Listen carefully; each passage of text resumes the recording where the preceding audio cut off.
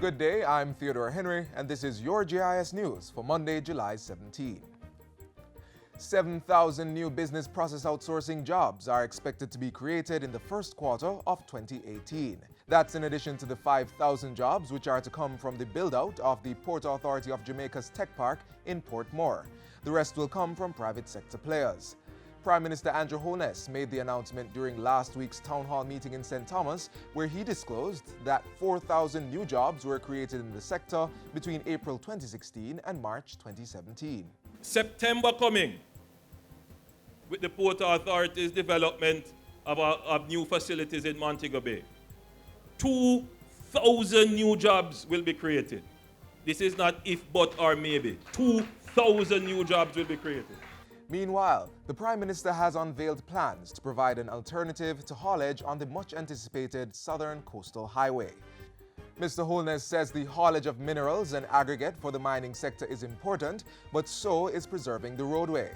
So Bowden is going to be developed as a bulk port to move aggregate, limestone, and other minerals to ease the pressure of the road so that the road lasts a little longer. The project will be undertaken by the Port Authority of Jamaica. While addressing another function recently, Prime Minister Andrew Holness asked the National Housing Trust and the St. Catherine Municipal Corporation to partner with the Jamaica National Heritage Trust and carry out restorative works on Colbeck Castle. He says it's important to preserve the historic and heritage value of these kinds of properties while also seeing to their modern use. I think we should restore these buildings and have them functional so people can live within their walls and produce value out of them. That doesn't change the fact that it is historic. But when the building is able to be used, it is better preserved. The Prime Minister gave the directives Friday as he broke ground for phases 1 and 2 of the Villages of Colbeck housing development. 2,000 serviced lots are to be delivered in 5 phases over 3 years, with phase 1 and 2 scheduled for October 2018. The $5.4 billion development, which is to be built on 89 acres of land, is a joint venture between the National Housing Trust and BCR Industries Company Limited. The Public Sector Transformation Oversight Committee, PSTOC, is reporting that government met all economic and financial policy benchmarks under its IMF agreement for the month of May.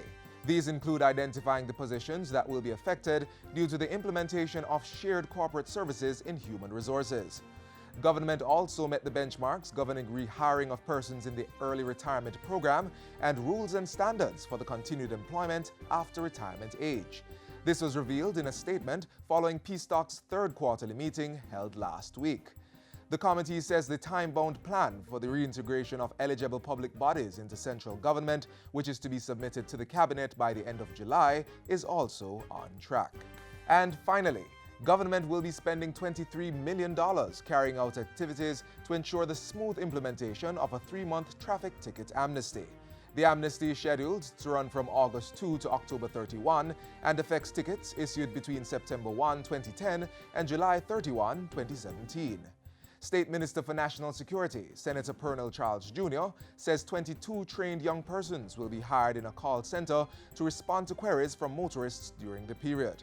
The allocation will also be used for the provision of additional cashier stations and security personnel required to manage the anticipated influx of motorists at the offices of the Tax Administration of Jamaica. Government expects to recover over $2.8 billion in outstanding fines, which Senator Charles Jr. says will be used to improve justice and security.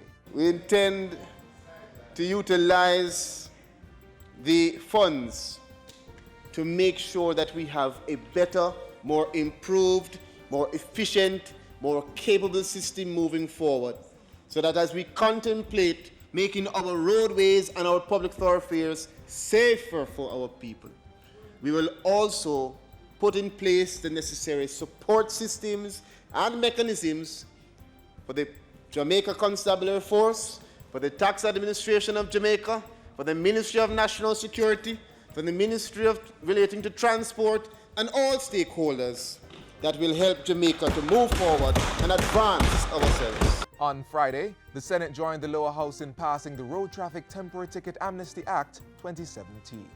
And that's it for JIS News Today. I'm Theodore Henry. Thanks. Thanks for watching.